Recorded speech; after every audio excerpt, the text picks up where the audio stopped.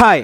Nevin Shanavas issue ഇപ്പോൾ big boss വീട്ടിനകത്തും പുറത്തും അതാണ് ചർച്ച. ഷാനവാസ് പറഞ്ഞത് കള്ളമാണ് എന്ന് ഒരാളും പറയുന്നില്ല എന്നുള്ളത് എടുത്തു പറയേണ്ട ഒരു കാര്യമാണ്. പക്ഷെ ഇപ്പം പറഞ്ഞത് ശരിയായില്ല എന്നുള്ളതാണ് എല്ലാവരും പറയുന്നത്. അപ്പോൾ ഒരു കാര്യം ഉറപ്പായി, ഈ പറഞ്ഞ നെവിൻ ഷാനവാസിനോട് തെറ്റ് ചെയ്തിട്ടുണ്ട് എന്നുള്ളത് ഉറപ്പായിട്ടുള്ള കാര്യമാണ്. അതായത് ഷാനവാസ് പറഞ്ഞ കാര്യത്തോട് ഒരാൾക്കും വിയോജിപ്പില്ല, പക്ഷെ ഇപ്പോൾ പറഞ്ഞത് ശരിയായില്ല എന്നുള്ളതാണ്. അതെന്തുകൊണ്ടാണ് ഇപ്പോൾ പറഞ്ഞത് എന്ന് ഞാൻ എൻ്റെ വീഡിയോയിലൂടെ മുൻപ് പറഞ്ഞിട്ടുണ്ട്.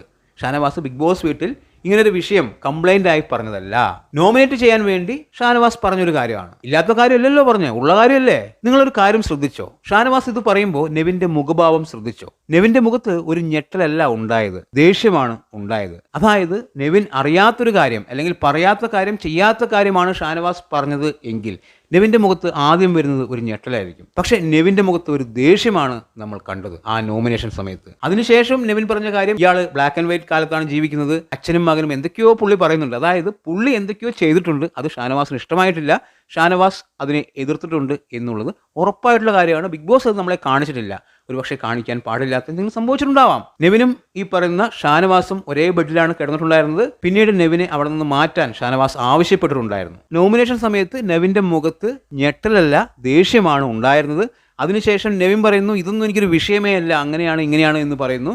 പിന്നീട് നെവിൻ പറയുന്നു എനിക്കൊരു പെങ്ങളുണ്ട് എന്ന് പറഞ്ഞ് നെവിൻ അവിടെ ഇരിക്കുന്നു. പിന്നീട് കരയുന്നു. പിന്നീട് ബിഗ് ബോസ് വിളിപ്പിക്കുന്നു. അതിൽ തന്നെ നെവിൻ നല്ല രീതിയിൽ നാടകം കളിക്കുന്ന വ്യക്തിയാണ് എന്ന് നമുക്ക് മനസ്സിലായി. ഉറപ്പായിട്ടുള്ള കാര്യമാണ്, നെവിന്റെ കള്ളത്തരം തന്നെയാണ് ഈ വക സംഭവങ്ങളെല്ലാം. പണി കിട്ടും എന്ന് മനസ്സിലായി, നാണക്കേടാവും എന്ന് മനസ്സിലായി. അപ്പോൾ പ്രേക്ഷകരെ തെറ്റിദ്ധരിപ്പിക്കാൻ വേണ്ടി പുതിയ അടവുമായി വന്നിരിക്കുന്നു.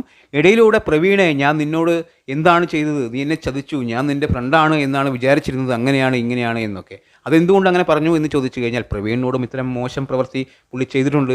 അത് പ്രവീൺ അപ്പോൾ തന്നെ ഈ പറയുന്ന നെവിനോട് പറഞ്ഞിട്ടുണ്ട്, അതുപോലെ ആദിലയോടും എല്ലാം പറഞ്ഞിട്ടുണ്ട്. അതിനുശേഷമാണ് താൻ മൂഡ് ഓഫ് ആയത് എന്ന് നെവിൻ പറയുന്നുണ്ട്. അതായത് പ്രവീൺ എന്തോ ഒരു കാര്യം നെവിനോട് പറഞ്ഞിട്ടുണ്ട്, അതും നമ്മളെ കാണിച്ചിട്ടില്ല. അപ്പോൾ നെവിൻ മിക്ക ആൾക്കാരോടും മോശപ്പെട്ട കാര്യം ചെയ്തിട്ടുണ്ട്. അപ്പോൾ എങ്ങനെയാണ് ഷാനവാസ് തെറ്റുകാരനാവുന്നത്?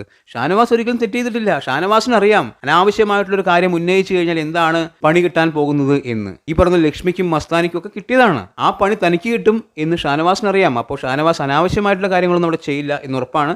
ഇവിടെ നെവിൻ തെറ്റ് ചെയ്തിട്ടുണ്ട്. തെറ്റ് ചെയ്തിട്ടില്ല എങ്കിൽ ഷാനവാസ് നോമിനേറ്റ് ചെയ്യുന്ന സമയത്ത് നെവിന്റെ മുഖത്ത് ഒരു ഞെട്ടലാണ് ആദ്യം ഉണ്ടാവുക. ഇതങ്ങനെയല്ല, ദേഷ്യമാണ് നെവിന്റെ മുഖത്ത് ഉണ്ടായത്. എന്തായാലും ഒരു കാര്യം ഉറപ്പാണ്, ഷാനവാസിനോട് ഈ പറഞ്ഞ നെവിൻ അത്തരം വൃത്തികേടുകൾ കാണിച്ചിട്ടുണ്ട് എന്ന കാര്യം ഉറപ്പാണ്. അതിൽ ഒരു തർക്കവുമില്ല. എന്താണ് നിങ്ങളുടെ അഭിപ്രായം എന്ന് കമന്റ് ബോക്സിൽ കമന്റ് ചെയ്യുക. വീഡിയോ ഇഷ്ടമായാലും നമ്മൾ ഈ ചാനൽ ഒന്ന് സബ്സ്ക്രൈബ് ചെയ്യുക. പുതിയൊരു വീഡിയോയുമായി കാണുന്നവരെ ബൈ ബൈ.